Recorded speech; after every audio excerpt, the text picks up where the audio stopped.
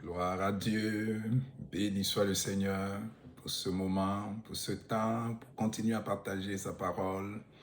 Alors nous allons prier ensemble comme nous faisons d'habitude pour laisser le Seigneur prendre le contrôle. Père, je te rends toute gloire, tout honneur pour ce temps. Précieux Seigneur, merveilleux Père, merci de nous donner ce temps d'instruction. Je prie que ton esprit parle au cœur, qu'au-delà des paroles que je vais prononcer, Seigneur, que ton esprit fasse l'œuvre qu'il est venu faire dans nos cœurs et dans nos vies. Je te rends grâce pour ce moment dans le nom de Jésus. Amen. Alors nous continuons notre série sur les tentations de Jésus.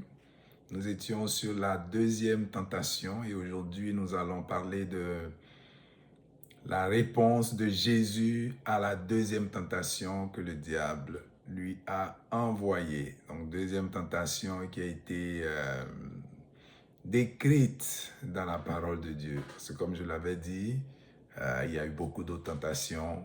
Il a été tenté durant ces 40 jours de jeûne. Alors dans la parole que nous avons lue, la deuxième tentation où le diable a emmené Jésus dans la ville sainte, sur le haut du temple, et où il lui a demandé de se jeter en bas, le Seigneur lui a répondu, « Il est aussi écrit ».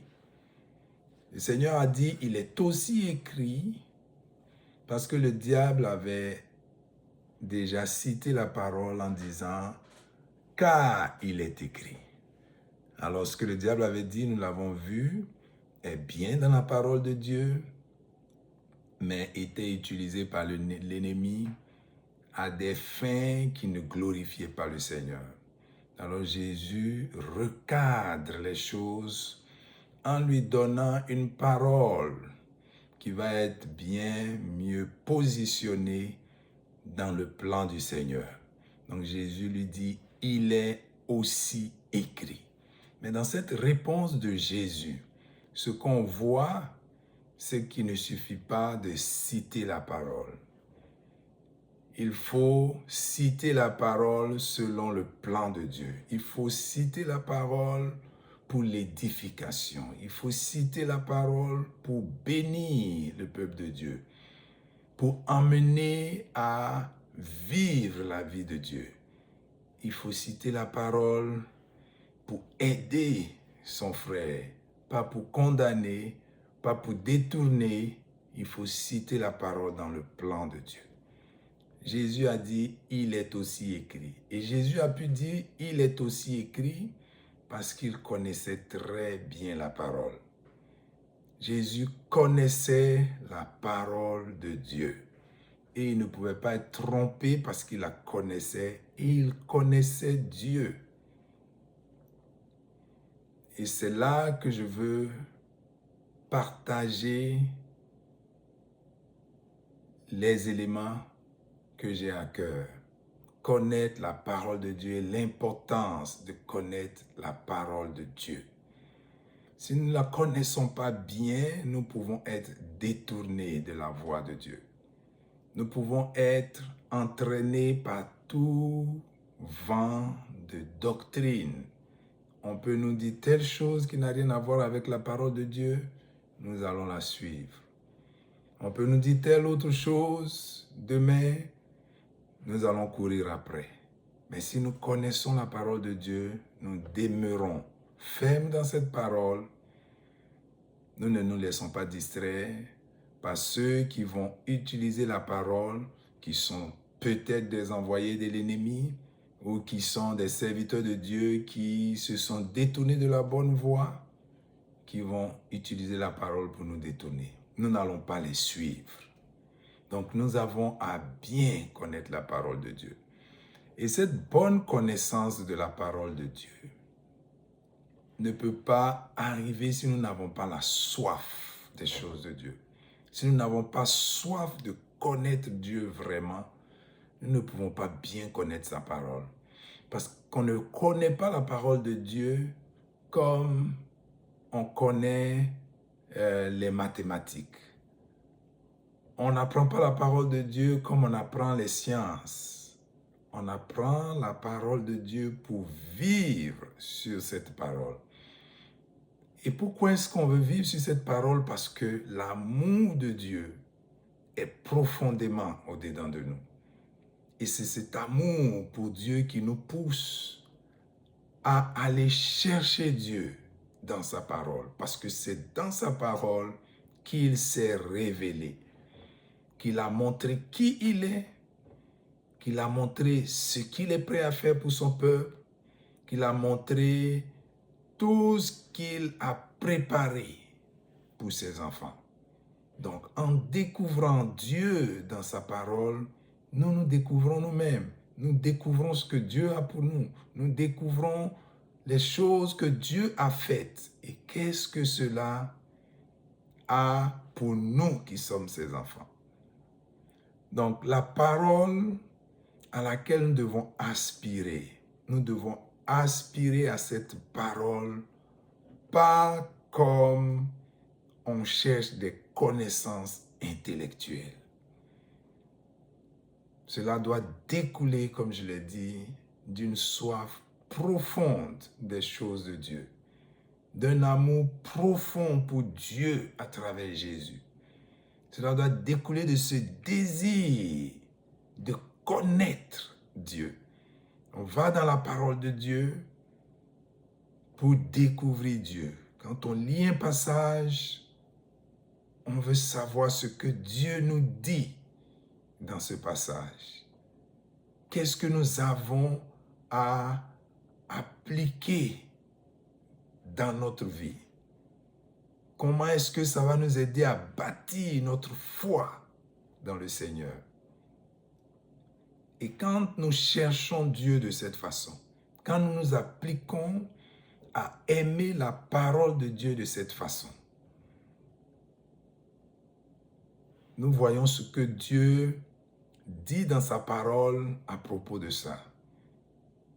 Dans 2 Chroniques 16, verset 9, il est écrit ceci: « Car l'Éternel étend ses regards sur toute la terre pour soutenir ceux dont le cœur est tout entier à lui. » L'Éternel étend ses regards sur toute la terre pour soutenir ceux dont le cœur est tout entier à lui. Ce passage nous montre un peu comment Dieu agit. Qu'est-ce que Dieu fait? Nous pouvons être seuls dans notre coin cherchant Dieu de tout notre cœur. Parce que Dieu regarde au cœur et non à l'apparence. Alors lorsque de tout notre cœur, nous cherchons Dieu, la parole de Dieu dit que les regards de Dieu sont sur toute la terre pour soutenir ceux dont le cœur est tout entier à lui. Ça veut dire que Dieu nous voit là où nous sommes, avec le cœur rempli de désir de le connaître, avec le cœur le cherchant dans sa parole. Dieu voit cela, que nous soyons en Afrique, que nous soyons en Asie, que nous soyons en Amérique, n'importe où dans le monde, en Europe, Dieu voit. La parole de Dieu dit, il étend ses regards sur toute la terre.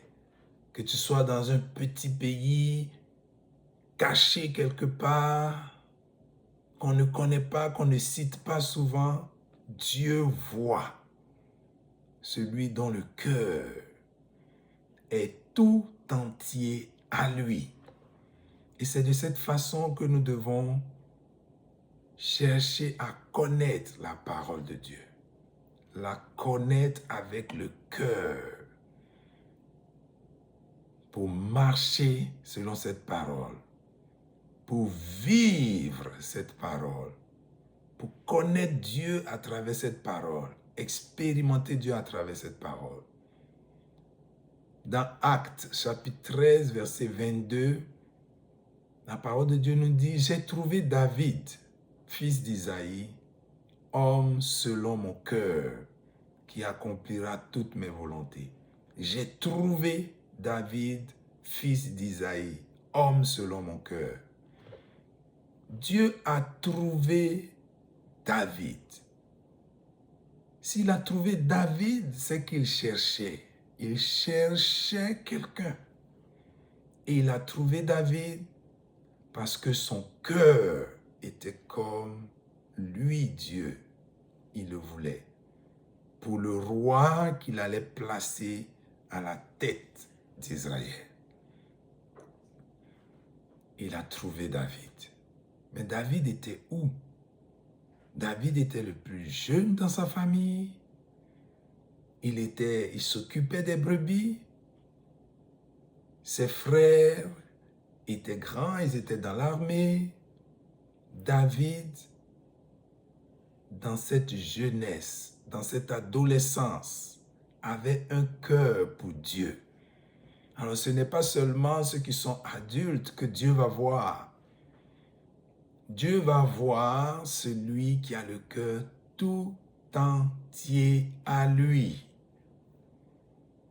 Cela a poussé David à s'attacher à la parole de Dieu, à être avec les brebis, mais dans cela, à apprendre à connaître Dieu.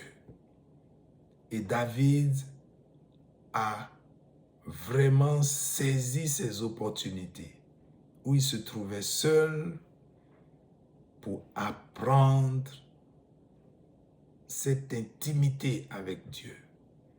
De cette intimité a découlé ce que nous avons comme la plus grande, l'une des premières grandes expériences de David, de vaincre Goliath. Et ça, c'est une histoire que même ceux qui ne connaissent pas Dieu racontent. David a vaincu Goliath. Comment a-t-il pu vaincre Goliath? Parce que dans le temps où il était seul, il a appris à connaître son Dieu. Il a appris à connaître son Dieu, à savoir qui il est, à savoir ce qu'il représentait pour le peuple d'Israël et pour lui. Au point où, en entendant Goliath dire certaines paroles contre le peuple de Dieu, David était choqué de voir qu'il n'y avait personne qui pouvait lui répondre, qui lui répondait. Ses frères n'ayant pas compris, on pensait que c'était un enfant qui voulait juste se faire voir, mais David était très sérieux. Et il s'est levé contre Goliath. Il a dit les paroles qui étaient correctes et vraies devant Dieu. De cela, David a vaincu. Il a dit, mais qui est cet incirconcis qui parle comme ça au peuple de Dieu, qui n'avait aucune alliance avec Dieu et qui se permettait de parler ainsi? Pour que David arrive à dire ça, il fallait qu'il connaisse vraiment le Dieu de son peuple. Il avait appris à le connaître dans ce temps-là, où il gardait les brebis, où il courait après les lions, il courait après les ours. Connaissant son Dieu, il a été capable d'aller chercher cette confiance et de pouvoir se lever contre Goliath. Donc, il ne s'agit pas de la connaissance de la Bible comme on connaît des écrits ou comme on connaît des dits d'hommes politiques, d'écrivains, de philosophes. mais il s'agit de connaître la parole de Dieu, de connaître Dieu lui-même à travers sa parole. Et quand c'est Dieu lui-même que tu connais devant les circonstances, ce Dieu-là se révèle. Devant les tentations, tu saisis ce qui vient de lui, contrairement à ce qui ne vient pas de lui. Donc le but, ce n'est pas d'étudier la parole pour la connaître intellectuellement, pour être capable de réciter les choses, mais de connaître la parole, de connaître Dieu lui-même à travers sa parole. Et c'est ce genre de connaissance que l'apôtre Paul mentionne dans ses écrits. L'apôtre Paul prie pour ses enfants spirituels, pour cette connaissance-là de Dieu, pour cette connaissance de Dieu.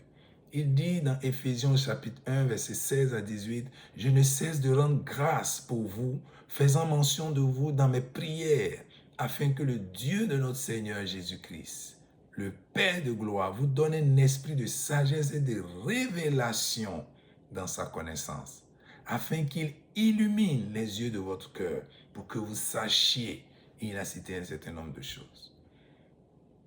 Donc cette connaissance, révélation, cette connaissance qui est une illumination de Dieu lui-même, de nos cœurs, connaître Dieu lui-même.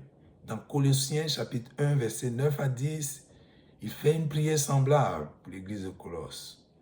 C'est pour cela que nous aussi, depuis le jour où nous en avons été informés, nous ne cessons de prier Dieu pour vous et de demander que vous soyez remplis de la connaissance de sa volonté, en toute sagesse et intelligence spirituelle, pour marcher d'une manière digne du Seigneur et lui être agréable. Cette connaissance de sa volonté qui donne la sagesse et cette intelligence spirituelle pour marcher d'une manière digne du Seigneur. Dieu nous a donné sa parole pour le connaître à travers sa parole. Et son esprit que nous avons en nous nous illumine lorsque nous venons avec ce cœur désireux de le connaître lui-même, de savoir sa volonté pour nous. Il se révèle dans sa parole et il nous permet de connaître sa parole de la bonne façon pour marcher d'une manière digne du Seigneur et lui être entièrement agréable.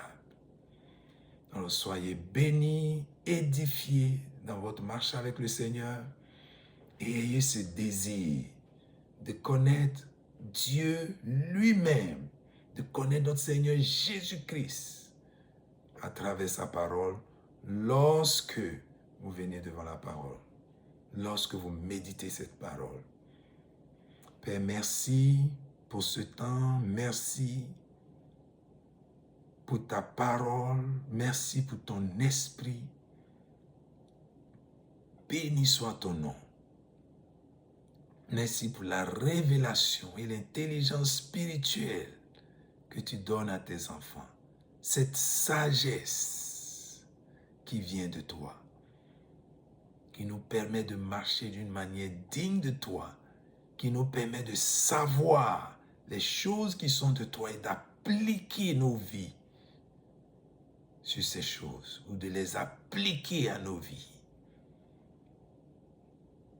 Je prie que ton peuple qui écoute ces paroles soit édifié, béni, transformé